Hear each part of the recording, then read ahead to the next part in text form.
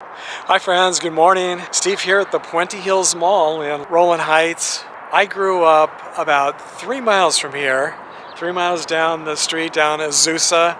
Azusa Avenue is one of the main streets that runs through the city here, and the mall is located right here on Azusa. And remember the scene where Doc Brown says, "I remember when this was all farmland as far as the eye could see." Well, I remember that too, because when I was growing up here, this was all farmland, lots of cows, lots of dairies out here in this area. And I remember when they started building this mall. It was right around the time when I was getting ready to go off to college. But I remember when it first opened. And then a number of years later, in 1985, they filmed Back to the Future here. So I thought this would be the obvious place to start my trip today, to find as many of the filming locations from Back to the Future that I can find here in the Southern California area. The weather's not that great, but hopefully it'll get a little bit better as the sun rises and the day goes on. It's only, I believe it's 6:30 on a Sunday morning. And so the sun has just barely come up. So it's a little bit dark, but that's okay, because I'm sure if you've seen the film, you remember that the scene that was filmed here, the scenes that were filmed here in this parking lot were filmed at night. It looks a little bit different than it did then, but that's been 35 years ago. This is the 35th anniversary of the premiere of the movie. So I just thought I would come back and see how much has changed in 35 years. The mall is still here, so that's a good thing. So in case you haven't seen the film in a while, I just watched it yesterday again, and I had forgotten that there were so many locations that were used here in the Southern California area, including this one that was just down the street from where I lived. So this is especially memorable for me as a trip down memory lane. I would say this was one of the most important locations in the film. This is when Doc was testing out his DeLorean time machine, and this is the parking lot where it took off and went back in time to 1955. And then this was where the terrorists came and shot, and, well, I'm not going to spoil it in case you haven't seen it, but they shot Doc Brown, and Marty believes that he was killed, and we don't find out until the end of the film if he was killed or not. So this morning I feel like I've gone back in time to 1985. And there's my time machine. Not quite a DeLorean, but I like it. All right, let's head on to the next location. Okay, I'm at Marty McFly's high school now. As you can see behind me, Whittier High School, or Whittier Union High School. This is also the high school that President Richard Nixon attended.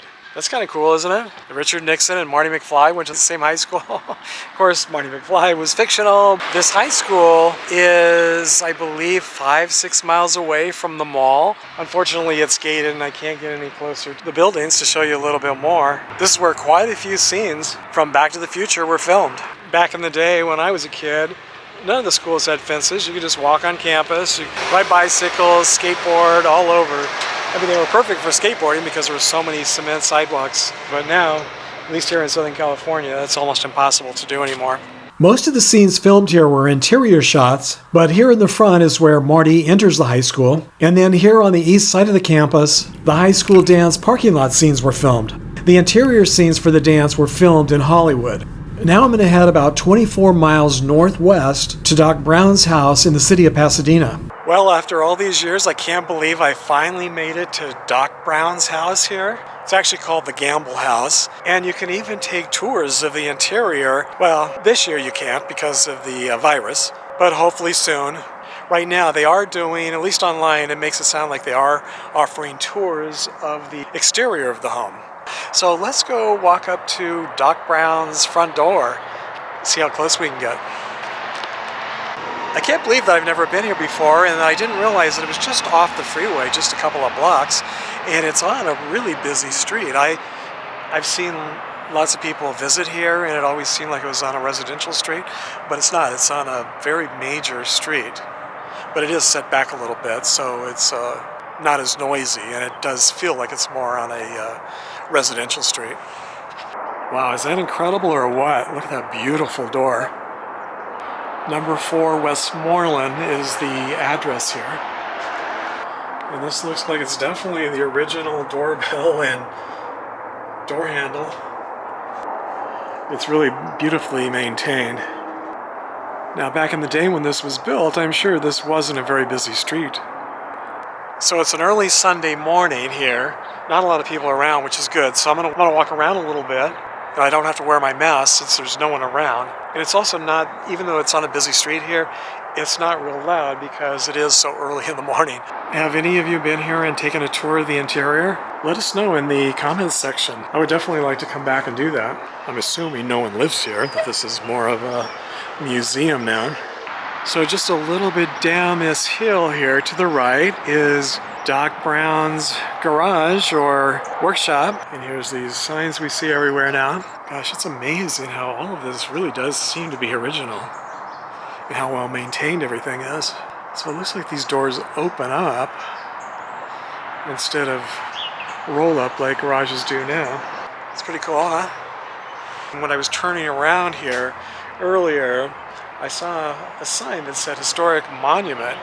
Now, I don't know if they were just talking about this building or something else, so let's go see what that sign says. The sign above this very impressive gate reads Westmoreland Place Private.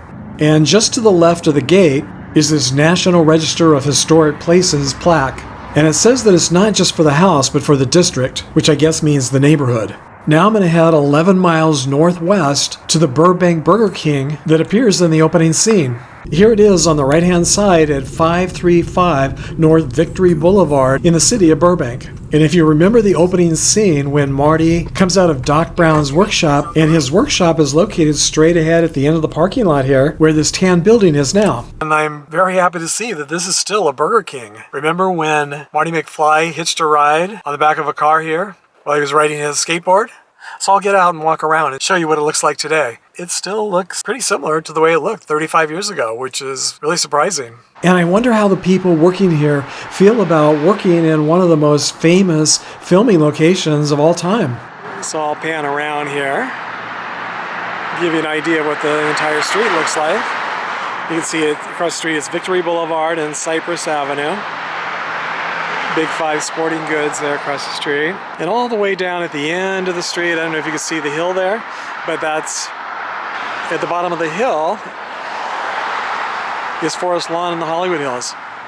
And here's some bicycle riders. And if you keep watching to the end of this video, I'm going to share with you something that I don't think any other YouTuber who's visited these locations has shared with you. So I'll just walk around the Burger King and then I'll head to the next destination. And I wonder how many other fans of the movie have come here and filmed this. You know, I actually didn't check on YouTube to see if anyone else has been here to film this on YouTube, but I'm sure they probably have. So have any of you been here? Or have any of you worked or lived in a filming location? That would be really interesting to know. My next stop is Marty McFly's house, which is 10 miles northwest of here in the city of Arleta, just a short distance west of the 5 freeway. And I have seen a few YouTubers visit his house, but I haven't seen any of them drive there. So I thought you might like to see what some of the streets and the neighborhood look like while you're driving to his house. So I exited the freeway at Osborne Street, made a left-hand turn and headed west for about a half a mile or so. And I just made a right-hand turn at the light at Canterbury Avenue and another right here onto Starburst Street. And now I'm going to make the first left-hand turn onto Roslindale Avenue. According to Google Maps, Marty McFly's house should be on the left-hand side. Have any of you been here in person? This reminds me a little bit of the neighborhood where I grew up, near the Puente Hills Mall that I mentioned earlier. It's very Southern California Valley suburb. And wow, look at these trees. I feel like I've just driven into the movie. It's a very surreal feeling to be here, that's for sure. And there's the very large and very recognizable electrical tower, so I know I'm getting close. And I think that's it coming up on the left-hand side there. Yep, that's the house. And look how little has changed in 35 years. I wonder if the owners are fans of the movie and if they've ever eaten at that Burger King or visited any of the other filming locations just for fun. It's a beautiful morning, but very sunny. Well, I made it to Marty McFly's house. Me and about another 1 million fans, I'm guessing, have been here. See the tower behind the house? Like I was saying earlier, it just feels surreal to be here, like being in the movie. Pretty cool neighborhood, very cool house, and amazing that it looks the same as it did 35 years ago. Pretty much the same. I always wonder what it must be like living in a house that was in a very popular movie like this one. I wonder if it gets annoying having people stop by and take pictures and selfies every day.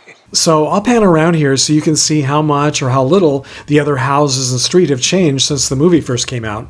Now, I haven't come to the end of the video yet, where I promised earlier that I would share something pretty interesting with you. But before I forget, I want to give a shout out and a very big thank you to my newest Patreon supporter, Gary Sinclair. Thank you so much, Gary, for your extra generous donation to my channel. It seems like the more I travel, the more I discover what a small world we really do live in. Like this, for instance. Now, something else that's kind of interesting is that this house here, Marty McFly's house, is not very far from Mission Hills Cemetery, where Chuck Connors is laid to rest, and quite a few other famous people. And I've shown you quite a few of their grave sites over the past couple of years. It's actually called the San Fernando Mission Cemetery, and it's in Mission Hills. And it's walking distance from Marty McFly's house. I mean, it's a long walk, but still walking distance. So am I the only one who finds things like this interesting? Please share with us in the comments section if you also do. So if you enjoyed today's video, I hope you'll join me in another one by clicking and watching the video here. Until next time, thanks for sharing the memories, everybody.